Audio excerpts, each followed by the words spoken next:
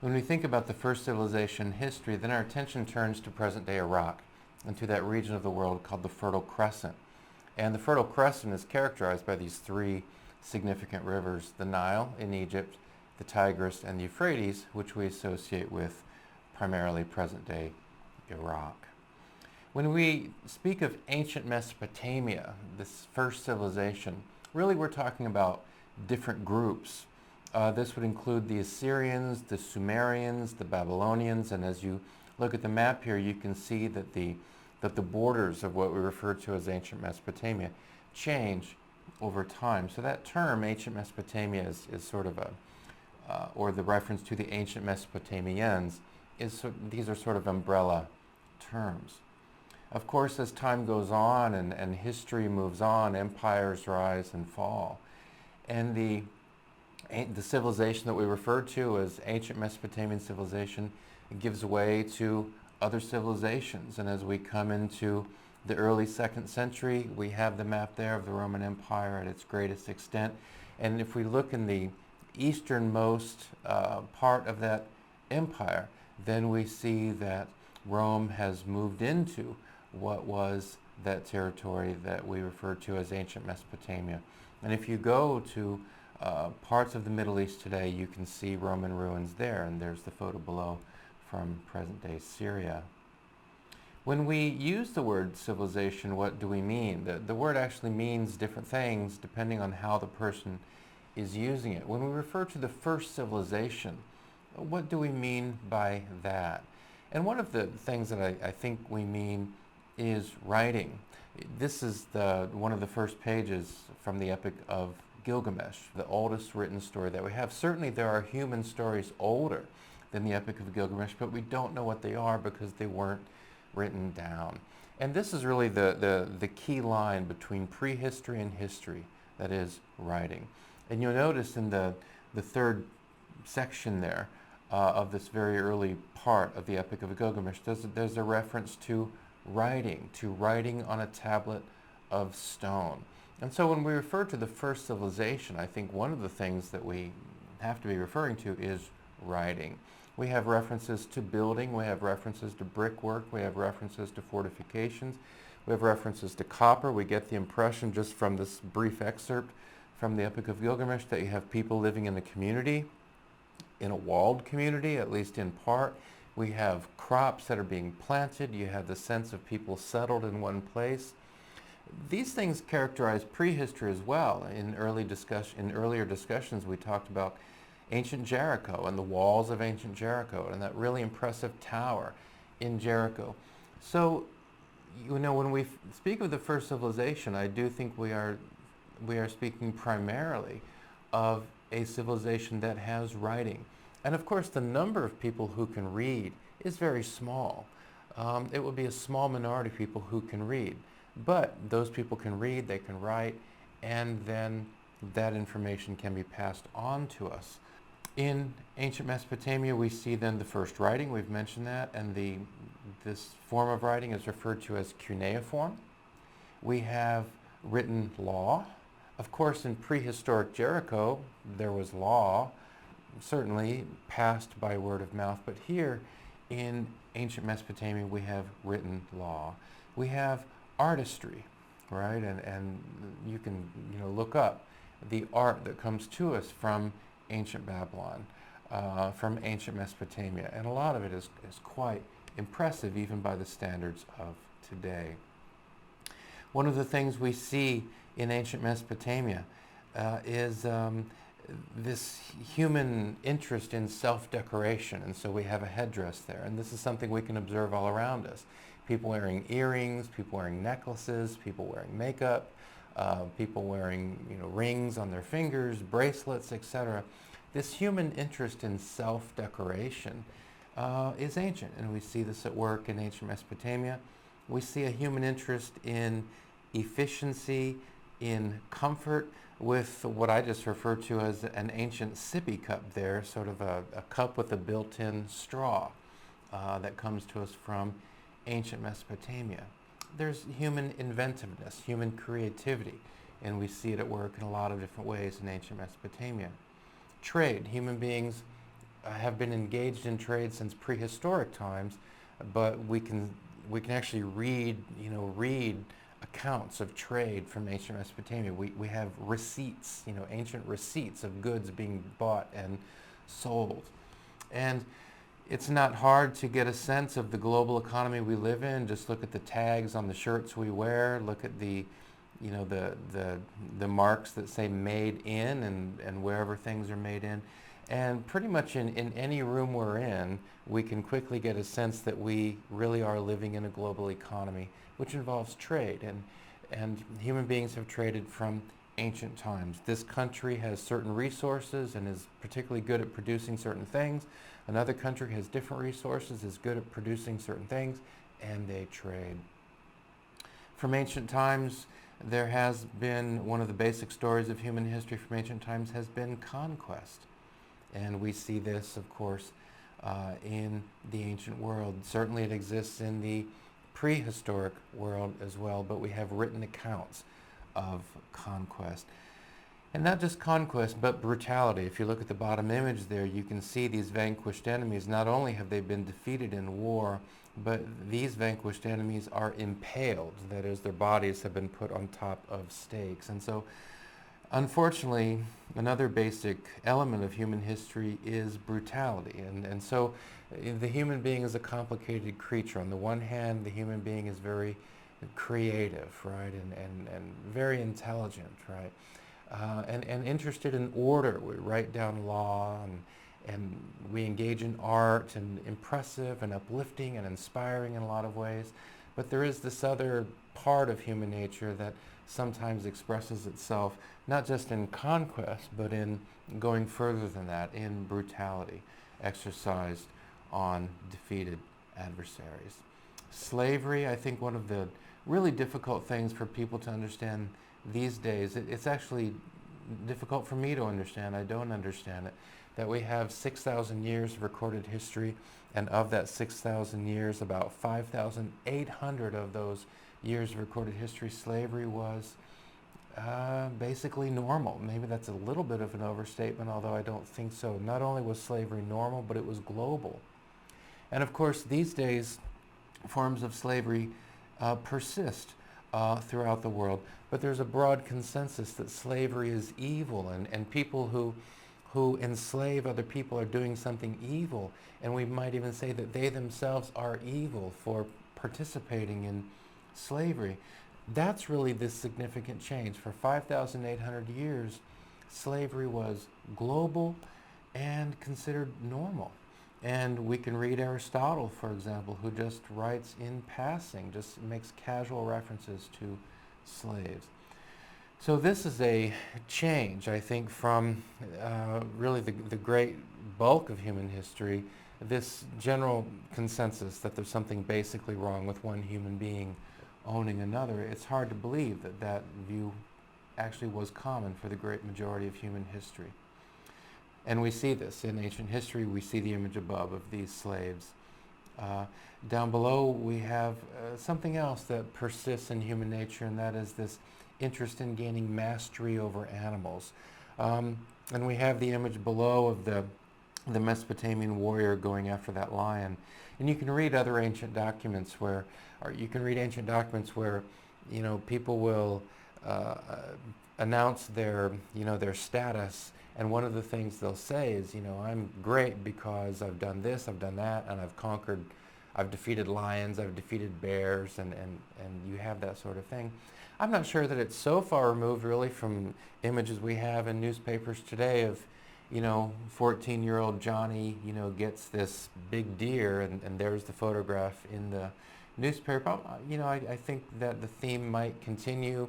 The photographs of, the big bass that so-and-so caught at the regional lake, this sort of thing.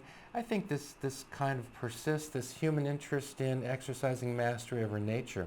We saw the reference earlier to making bricks, right? And so, in ancient Mesopotamia, you have to take different kinds of resources and combine them to make bricks that will work, that will, lead to buildings that stand for some time.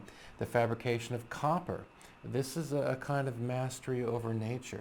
Here we see a different kind of mastery over nature that human beings have been interested in from the earliest days. When we speak of ancient Mesopotamia, we're talking about a very difficult environment then and now. Present-day Iraq is a very difficult natural environment. If we talk to, speaking to an American audience here, if we talk to U.S. soldiers, U.S. Marines, U.S. Airmen, U.S. sailors who served in Iraq, they will often talk about a very difficult environment, a place where it might be 110, 115, 120 degrees day after day after day. A place where flash floods can still be very destructive. They can now be predicted. Of course, in the ancient world, flash floods can't be predicted, but can't be predicted with precision. It's a very difficult environment.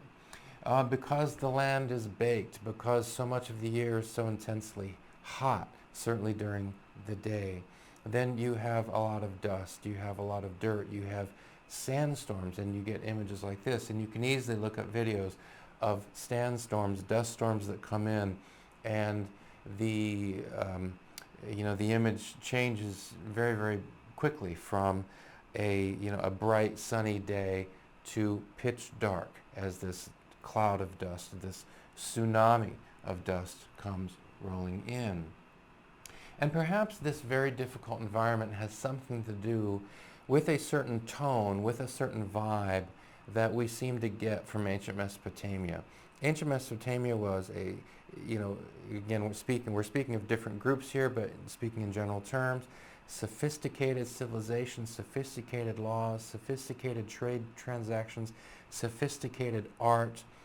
But historians who have studied ancient Mesopotamia have picked up a certain sort of tone of pessimism that kind of ran through the civilization. We see this, for example, in how the afterlife is described. So here's an image where we have a dust storm, a sandstorm that is blown in. And then we read a description of the afterlife in the Epic of Gilgamesh, and it describes people sitting in darkness, and dust is their food and clay is their meat. They're clothed like birds with wings for covering. They see no light. They sit in darkness. Now we want to be careful because there may have been other views of the afterlife. And this is, I think, probably the best known from ancient Mesopotamia. So we want to be careful not to overstate it, that this is what every ancient Mesopotamian thought about the next world.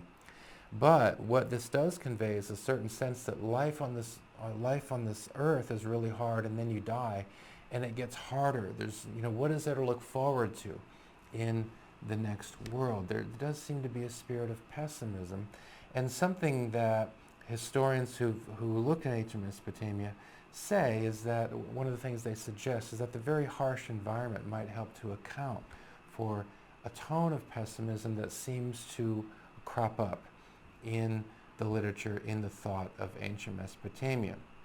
Now here's an example. The gods were in complete control, say these two historians. Now one of the problems with this is that these gods, though, as we read Mesopotamian literature, these gods are often at odds with one another. So these are gods who are in control, but only in a limited sense, we have to say, because the gods are often at odds with each other. You often get the sense that the gods are incompetent. So imagine that. I mean, imagine working in a place where the person who's in control is incompetent and kind of crazy and continually at odds with, with other bosses in that workplace. Powerless mortals had no choice but to obey. But you obey these gods, and still it doesn't make any difference. The gods still seem kind of erratic and crazy. Here's a reference to the climate. The hostile climate, unpredictable rivers made life precarious, right? So you may have heavy rain 30 miles away, which we're not aware of, but this flash flood comes our way, and it seems to just hit us out of the blue. And the question is, well, what are the gods up to? The gods appeared capricious. Oh, maybe they're nice to you on Monday, but they're really against you on Wednesday, and we don't know why. Pessimism ran as a constant theme throughout their religion and literature. I think we want to be careful. We don't want to overstate it, because there are Mesopotamian documents I'm aware of that are psalms of praise to Mesopotamian gods, and so we don't want to overstate it. But I think as a general statement, this probably holds. Here's another quote from a historian, again, making a general statement about ancient Mesopotamia. Feeling themselves surrounded by incomprehensible and often hostile forces, Mesopotamians lived in an atmosphere of anxiety, which permeated their civilization. And if we look at the face of the image above, I don't know what words come to your mind when you look at that, but anxiety might be one of them. Just the body language seems to scream almost anxiety, right? Contributing to this sense of insecurity was the belief that the gods behaved capriciously, malevolently, vindictively. So we're trying to obey these gods, but we can't figure them out. This Mesopotamian creation story, the Enuma Elish, it gives a reason why human beings are created, and it says, well, human beings are created to put the gods at ease. But this seems like a hopeless mission. And so you can imagine this conversation taking place in ancient Mesopotamia University, where we're studying the Enuma Elish, and human beings are created to put the gods at ease. But then he's like, but the gods can't be put at ease, right? And you look at that image above, and you get the sense of anxiety, of fear, of a sense that the universe can zap you, the gods can zap you at any time, and there's no rhyme or reason to it. Now we compare that with the image in the middle there, and if you compare the image at the top and the image in the middle, then I think the image in the middle conveys something more placid, something more calm, something more at ease. And this fits with something historians, again, generally speaking, pick up in Egypt. So if Mesopotamia, if the words that are often used there would be anxiety, a sense that the universe is out of control, something like that the universe is chaotic. When it comes to Egypt, different kinds of words will be used. Now, we get a sense for this, or we get a sense of this, when we look at Hebrew writings, references to Egypt. Of course, when we think of the ancient Hebrews, we think primarily of their thinking of Egypt as the place of slavery. That's where people were enslaved. But there are other things that the ancient Hebrew writing says about ancient Egypt. Abram went down to Egypt to live there for a while because the famine was severe. In other words, the famine is severe except in Egypt. Or at the very least, it's less severe in Egypt because Egypt is the place where planning is taking place. Egypt is the place where the food is, right?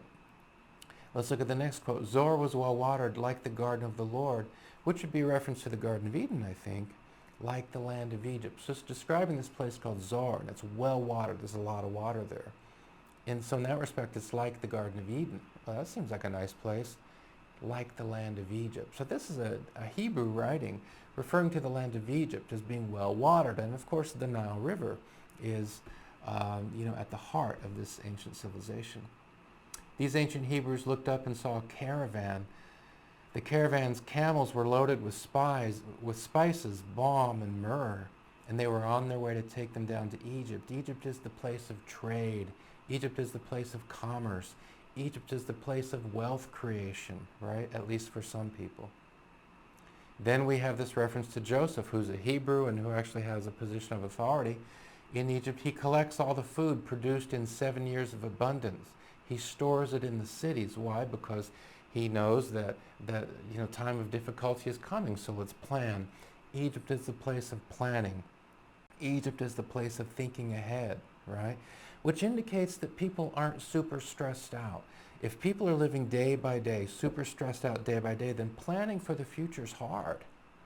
So if we have long-term planning in place, then that says that, at least to some extent, people aren't super stressed out about getting through day by day. In each city, he put the food grown in the fields surrounding it. Joseph stored up huge quantities of grain. This points to a degree of order. This points to a degree of placidity, right? We don't want to overstate it. I think any 21st century American going back to ancient Egypt would want to come back to 21st century America immediately. I think that life would be very hard compared to what we have. But relative to what existed elsewhere in that part of the world at that time, Egypt looks pretty good, I think. And so here's a quote from these historians. Egypt, in its splendid isolation, forged a civilization whose serene values, so listen to that language, serenity, right? Timeless forms deeply mirrored the religious beliefs of the rulers. The religious beliefs of the Mesopotamians leads to a sense of disorder and chaos, and the gods are capricious and the gods are against us. In Egypt, we have order, we have serenity, right? Well, where do these very different ideas come from? At least in part, it seems, from the environment. So let's look at it. Natural barriers, mountains, deserts, and the Mediterranean protected Egypt from attack. So we have these big deserts on both sides. To the south, you've got the Mediterranean to the north. Egypt is protected from attack. Here we have the Nile River, right? And this section of Egypt called Lower Egypt because it's closer to where the Nile goes into the sea. And you notice that when the Nile gets close to the sea, then it branches out into this delta, a well-watered area. Like the Tigris, like the Euphrates, the Nile will flood, but the flooding of the Nile is more benign. The flooding of the Nile is more beneficial. That's not to say that the flooding of the Tigris and the Euphrates is never beneficial, but it can also be more chaotic and more destructive.